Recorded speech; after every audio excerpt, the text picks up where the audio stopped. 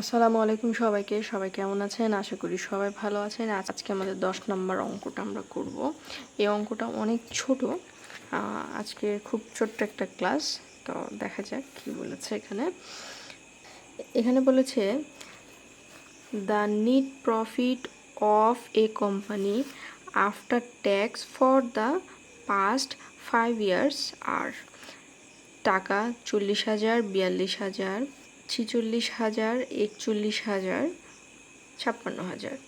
Capital employ in the business in taka 4 lakh taka on which a responsible rate of return of 10%. It expected calculation the value of goodwill on the basic on capitalization method.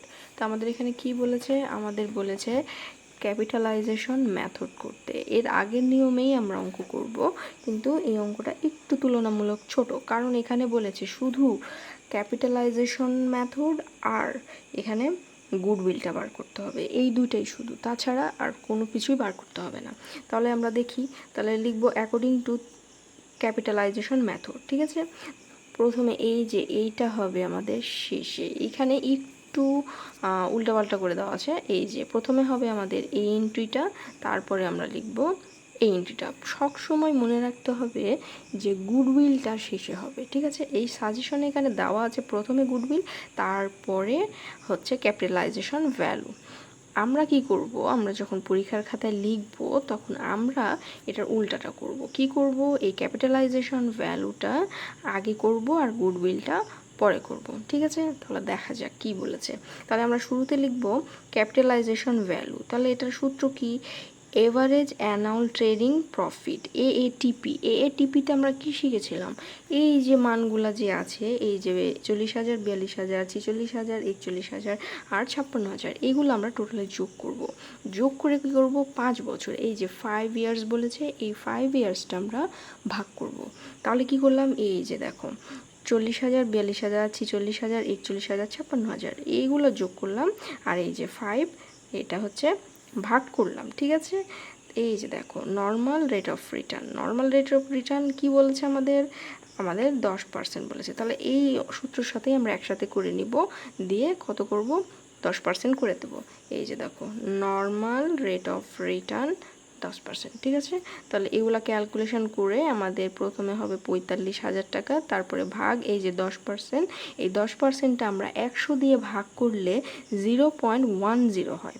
তাহলে এই যে 45,000 আর 0.10, এই দুটা ভাগ করে আমাদের আসে 4,50,000 টাকা। এই 4,50,000টাই হচ্ছে ক্যাপিটালাইজেশন ভ্যালু।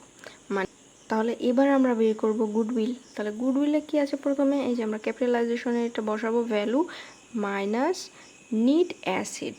তাহলে কি নিট অ্যাসেট কোনটা? এই যে ক্যাপিটাল এমপ্লয়। এই যে ক্যাপিটাল এমপ্লয় বলেছে কত? 4 লক্ষ। তাহলে এই যে পেলাম আমরা 4,50,000, আর এই যে এখানে লেখা আছে 4 লক্ষ, এই 4,50,000 আর 4 লক্ষ আমরা বিয়োগ করব। বিয়োগ করে আমাদের হলো 50,000 টাকা। এটাই হচ্ছে আমাদের উত্তর। তাহলে আশা করি আজকে ক্লাসটা তোমরা বুঝতে পেরেছ। আমরা পরবর্তী ক্লাসে 11 নম্বর প্রবলেম নিয়ে আলোচনা করব। এই 11 নম্বর প্রবলেমটা অনেক বড়, তাই আজকে আমি আলোচনা করলাম না। ইনশাআল্লাহ পরবর্তী ক্লাসে এটা বিস্তারিতভাবে আলোচনা করব, খুব ভালোভাবে বুঝিয়ে দিব। এরপরে যে অঙ্কগুলো করব সব অঙ্কগুলো হচ্ছে গ বিভাগের জন্য।